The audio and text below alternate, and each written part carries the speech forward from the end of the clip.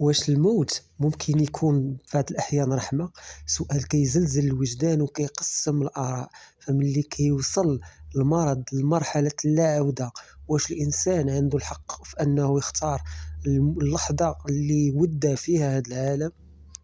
هذا المفهوم كيتسمى عالميا بالموت الرحيم. بزاف ديال الدول قنات هذه العملية، ولكن بشروط قاسية وطبية وقانونية. الهدف هو بطبيعة الحال إنهاء معاناة المريض اللي في بعض الأحيان ما كيكونش عندها علاج، وبطبيعة الحال بلا ألم إضافي.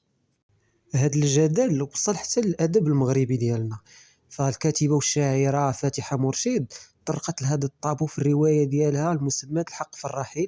من خلال القصة خلاتنا نعيشوا الصراع النفسي والأخلاقي اللي كيعيشه المريض وكتعيشه العائلة ديالو، وطرحات بزاف ديال التساؤلات اللي كانت جريئة على حدود الحرية الفردية أمام الموت بطبيعة الحال. المؤيدين كيقولوا هذه هي قمة الكرامة الإنسانية وحق في تقرير المصير بعيدا عن عذاب جسدي لا يحتمل. والمعارضين كيشوفوا باللي الحياة أمانة مقدسة، وباللي يد الطبيب خلقات باش تعالج بطبيعة الحال ماشي باش تنهي الحياة.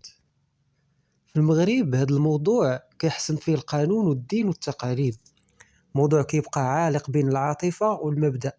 انت بالنسبة لك كمشاهد، واش كتشوف بأنه الموت الرحيم هو حل إنساني ولا تجاوز للحدود؟ ما تنساش تشاركنا الرأي ديالك في التعاليق بكل احترام.